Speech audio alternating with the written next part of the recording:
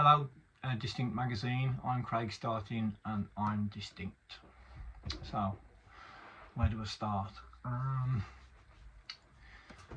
Going way back to primary school, where I think, looking back now, it all kind of started, but I didn't realise at the time there was something different. I remember being kept back a year at school because I wasn't doing as well as the other pupils. So as some of my friends that I made in primary school in the early years, I think it was the second year of primary school, if I remember right, my friends moved from blue class to yellow class the following year, and I stayed back in blue class because I wasn't learning as quick as them, I believe. And a new set of children came into that class, so my friends left, and I was left behind with the year younger than myself. And then I kind of skipped 2 years, went into the juniors, and then continued on with my year. I thought it was really strange at the time. I thought I'd done something wrong. I couldn't understand why, and I still look back now and think how strange and weird is that, to do that to somebody. Yeah, unusual. As for being dyslexic, I don't think I actually realised. Looking back now, sort of secondary school, when I was made to stand up and read out in front of the class, I remember that being an absolute nightmare. Probably the worst thing that's ever happened to me in life. Yeah, just going over the same line over and over again. I seem to be stuck on the same line and I'd miss words out, but yeah, it was terrible. I remember the pupils laughing, and I remember the teacher being really angry with me and sending me out the room because I couldn't do it.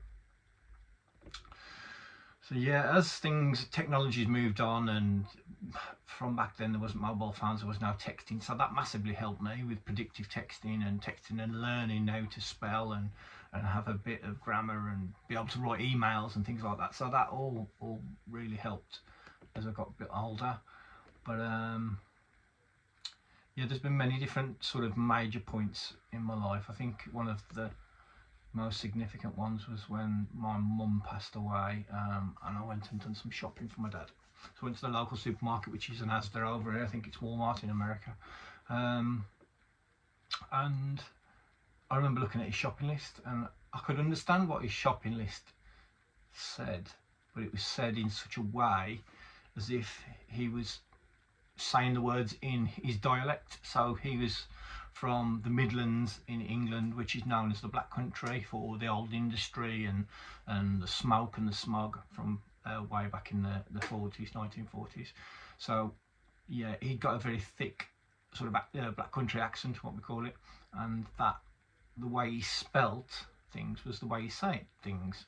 So tea bags was tay bags and slang like that, and that was how it's spelt. And I thought, oh my God, I didn't even know to this point my dad is dyslexic, and he'd never been diagnosed. And yeah, it sort of realistically hit me then, and that was only 5 6 years ago, sort of when that happened. I thought, well, you know, this must be me, this must be what the difference is.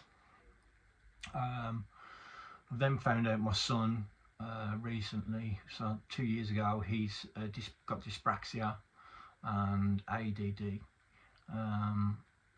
Doesn't seem to have any traits of dyslexia as such, but yeah, I think it's sort of passed on from my dad, maybe before him, to myself and to my son.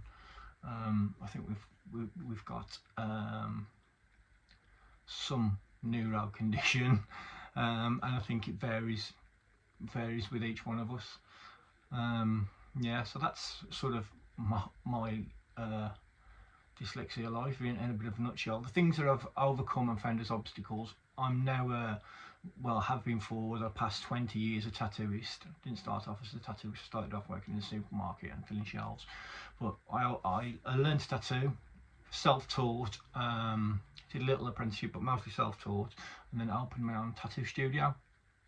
And some of the problems that I faced was, especially with social media, was creating social media posts, and people often, extremely often, taking the you know what out of the way I put posts together, and the grammar for the posts, and spelling mistakes and things like that, which, you know, don't look great as a business, but there was honest, and there was my posts.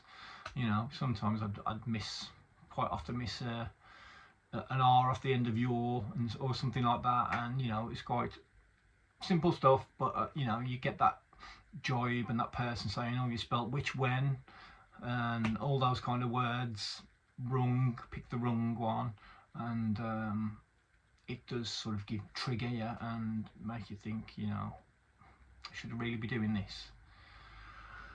Yeah, filling in forms and stuff like that's been quite a struggle, and sort of getting the business off the ground. But sort of when you get your head around it, and I think if you're focused on doing something like that, you know, you get through it, and you get better at it over time,